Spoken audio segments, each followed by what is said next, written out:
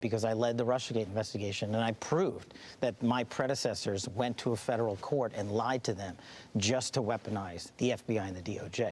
There were FBI sources, not agents, sources on the ground during January 6th. Kash Patel didn't just call out the FBI. He exposed their fear and the only person that they're scared of, Donald J. Trump. You guys got to check this video out. We're joined by FBI Director Kash Patel. Thanks so much for the time.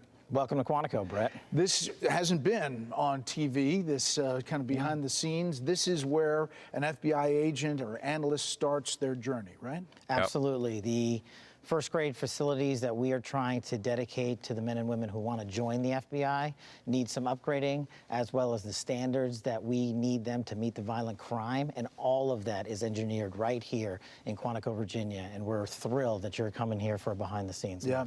So applications to be an FBI agent, back in March, it was about 5,600. The last time the Bureau saw monthly figures like this was back in April 2016. But you're seeing big numbers. We're seeing huge numbers, and I think that's in large part to the administration's response on which way the FBI wants to go.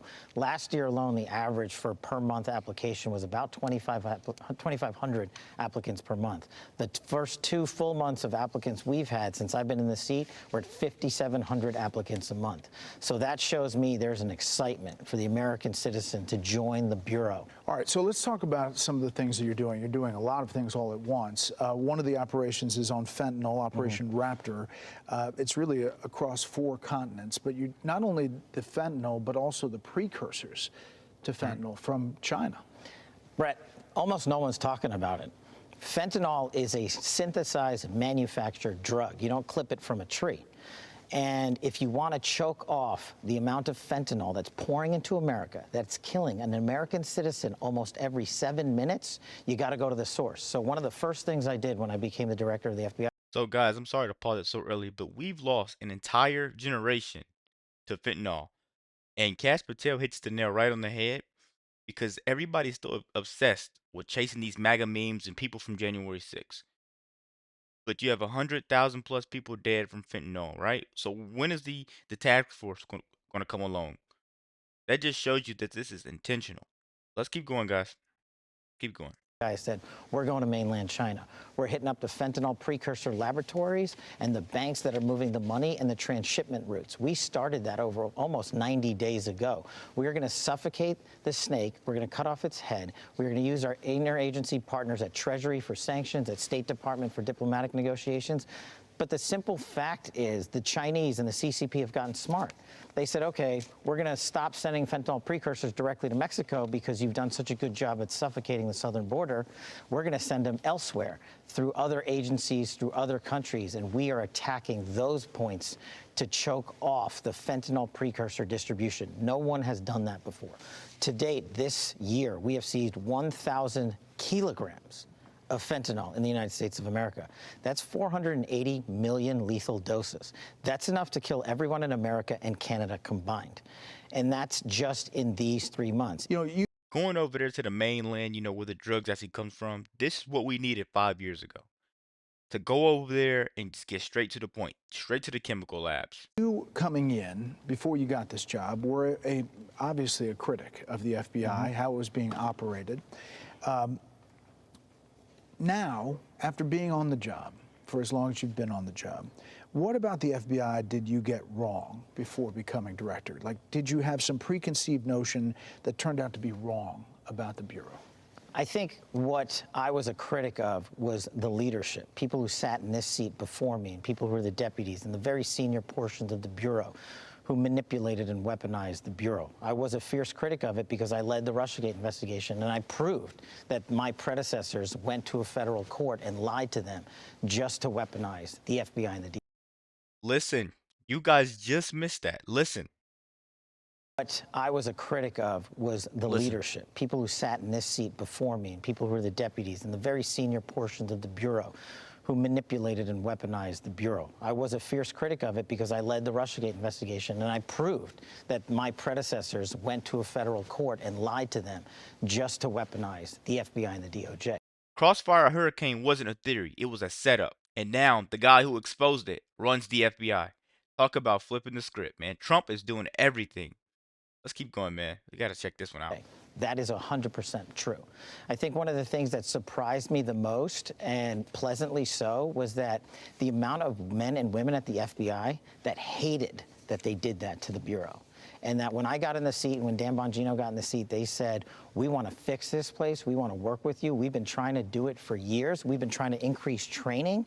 We weren't able to. We've been trying to take the technological advancements around the world and import them into the FBI. That hasn't been done.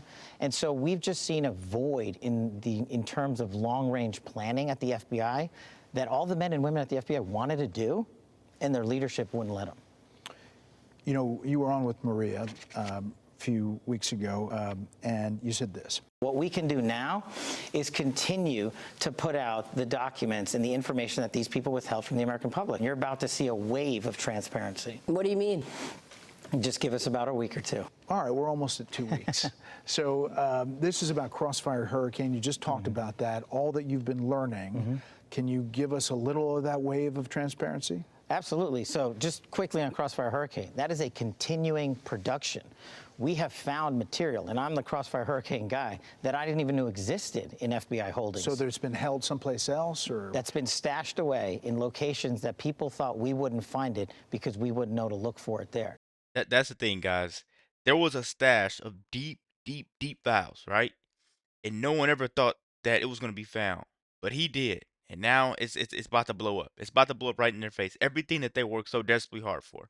And as promised with Gotta my love it. congressional partners, I'm working with Congress on constitutional oversight because that's what the American people deserve. And those documentations have been flowing to Congress nonstop on a rolling basis since that interview. But more importantly, people have had questions about January 6th and whether or not there were FBI sources, not agents, sources on the ground during January 6th. And I told you I would get you the definitive answer to that. And we have. And we are in the process, again, of working with our partners to divulge that information. And it is coming. And I will tell you this. The answer to that question will surprise and shock people because of what past FBI leaders have said about it. Former FBI Director Chris Wray eventually admitted to Congress there were 26 FBI confidential human sources in around the Capitol January 6th, but not actual agents. Can you say that's true? Are there more than that? What you're learning from that? I can say that that is definitely a piece of the truth. Why it took a ton of time for and questioning in Congress for the director to get that point is what I'm trying to eliminate from the FBI. If Congress asks you a question under oath, whether or not there were sources in around January 6th at the Capitol, you as the director of the FBI need to know that and not deflect and give a DC answer. You have to be prepared for that. And that's the answer we're giving. That's the answer Chris Wray should have given. And eventually everybody's going to know the whole picture. Yeah, because the American people deserve that. And look, no one's more frustrated than me. Remember, I was chief of staff of the Department of Defense on January 6th. We said that we were ready, and the president had previously authorized the National Guard to be there days in advance. I spent 2 years, a small fortune, grand juries, to testify to the truth. And what happens now, years later? We were right. So listen, guys, that's the big part. That's the big part. Trump tried to send backup, right? Pelosi said no, and that's exactly what they're hiding from you. Pelosi said no, and they're turning everything on him, and they're trying to make him the bad guy in the media. That's something we know, and that's why you need to share this video to other people that don't know. Because everybody thinks Republicans are bad, when in reality, we're the good people. Let me know what you guys think about this video. Be sure to like, comment, subscribe if you're new. And as always, let me know what you react to. We're out.